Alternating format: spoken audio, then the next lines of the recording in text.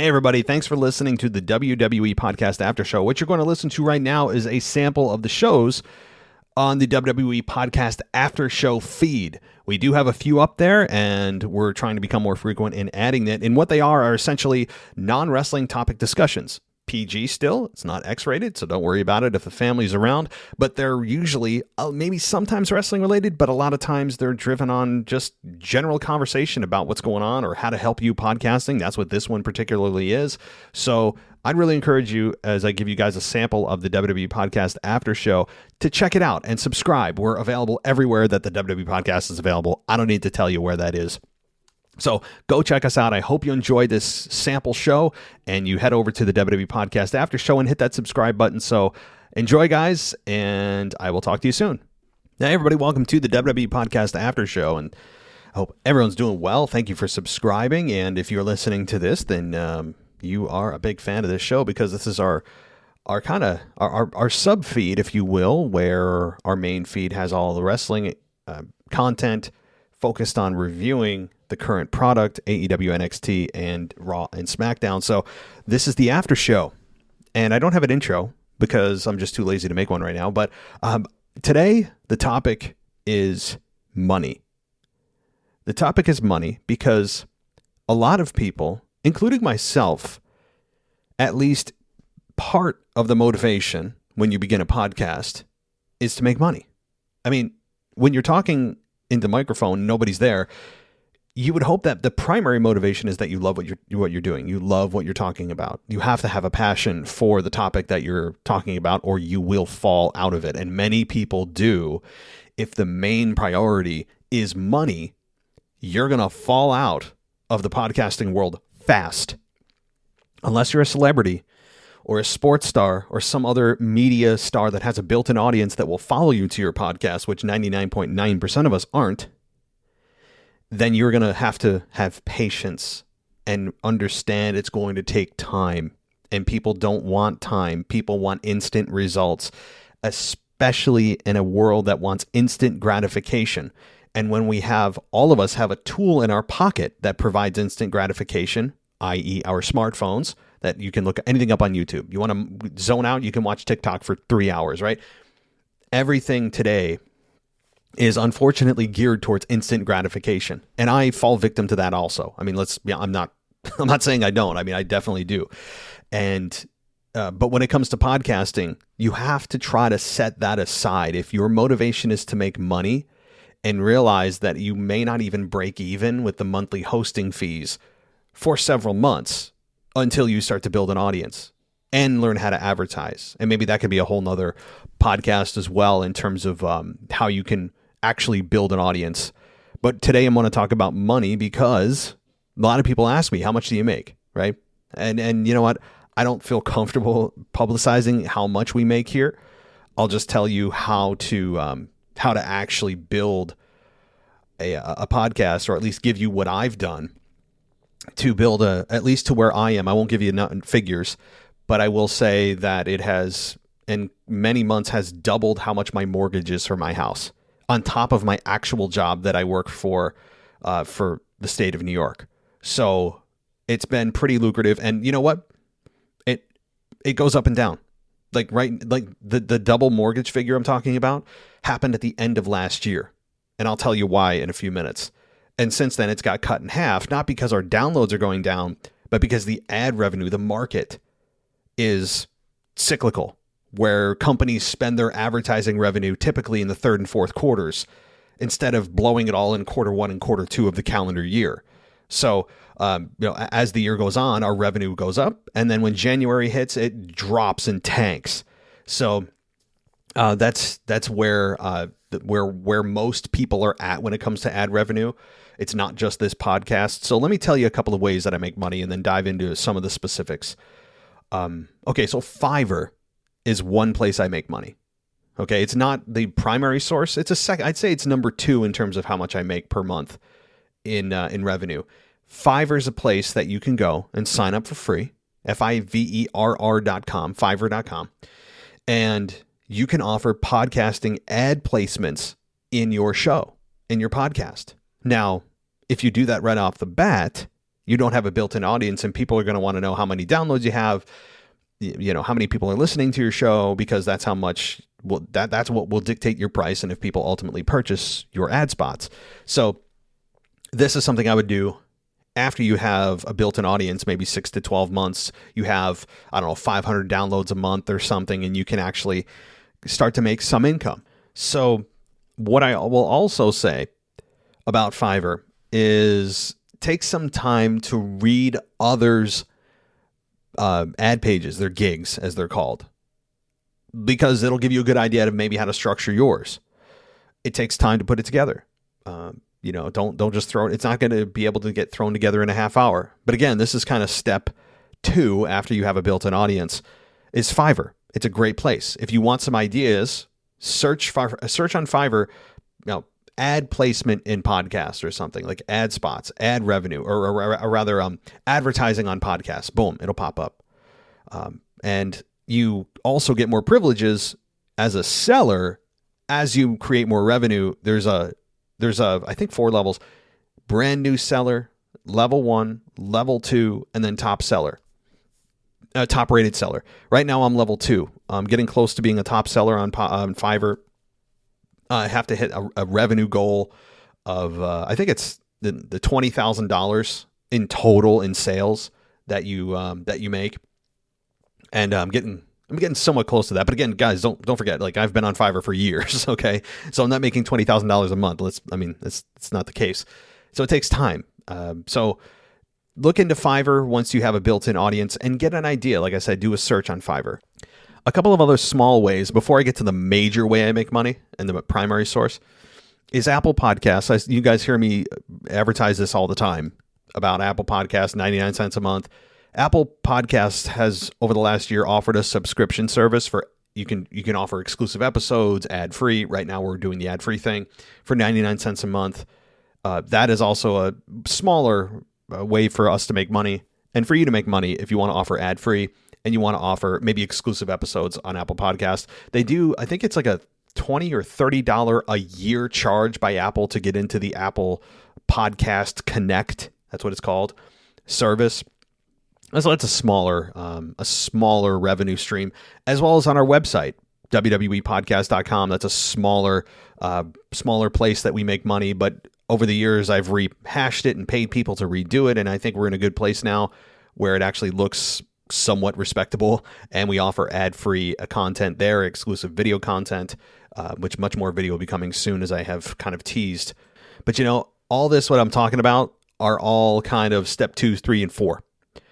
Because your website isn't going to generate, revenue right away, most likely, because you have to create the website, host it, pay someone likely to do it in a way that you want it set up, create subscriptions. All this is money, right?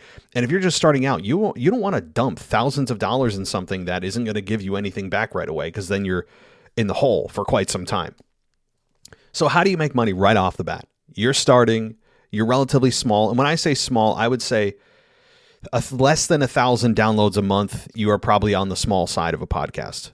Not being disrespectful, but that's about where it is. Where if I'll give download numbers for us, that I have no problem with.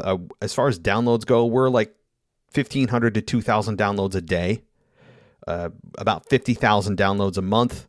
Some places have us at like 100,000 downloads a month. I don't know how they count it. I'm going to go with the more conservative just to make sure that we're counting them correctly.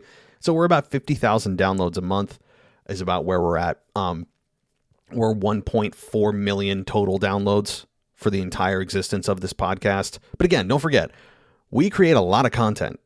So while we pump out a ton of content, what I would like to do is create more downloads per episode. Because I think that's how a lot of our downloads are coming, is we pump out so much stuff, but we don't have enough people listening to each episode. Even though our downloads are high, it's because the same people are listening to like 5 episodes that we pump out in like 4 days, right? So from our perspective, that's what I'd like to do, is create more listens per episode. But anyway, back to what you guys want to know is, what do you do when you're first starting out? You have less than 1,000 downloads a month. How do you make money right off the bat? And you can. So ad revenue, this is how you do it. This is how I've done it. And there's more than one place to do this. I've been hosted on Spreaker for many years. Spreaker.com. And this is not them giving me any money to promote them.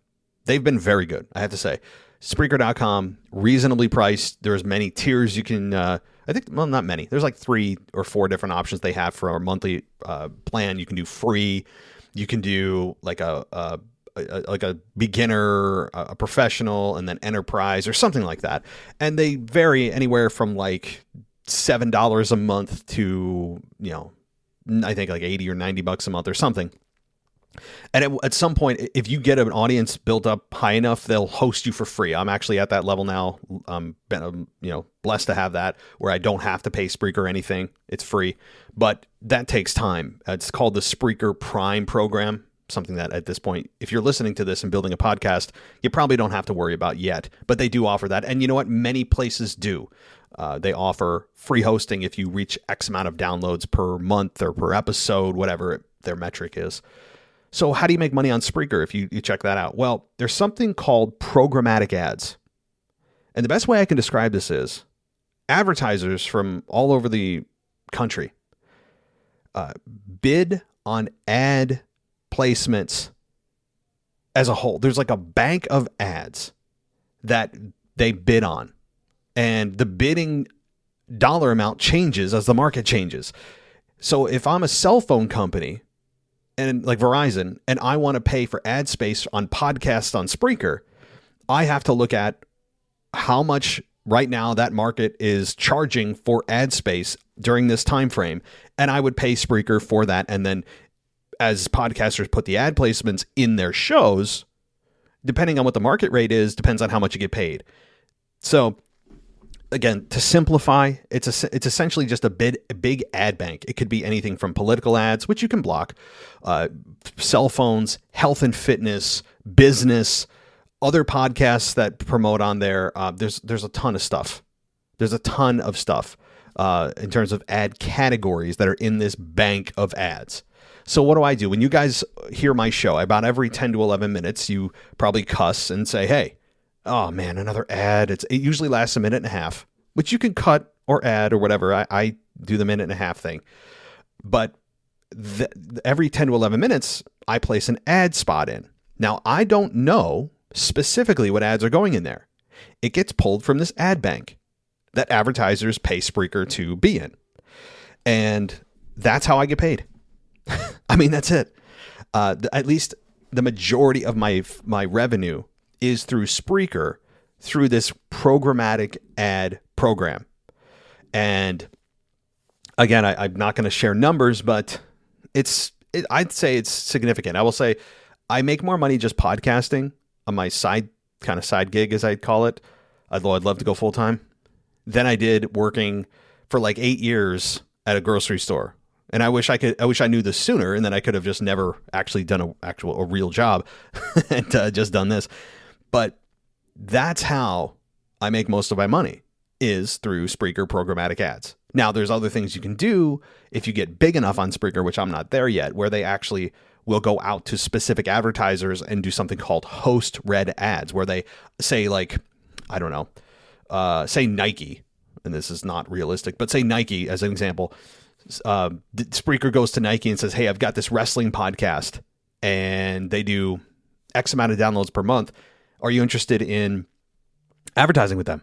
And they would make the effort to go out and make that deal with Nike. And then Nike would say, yeah, it sounds great. Here's an ad I want them to read. And I would read it on air.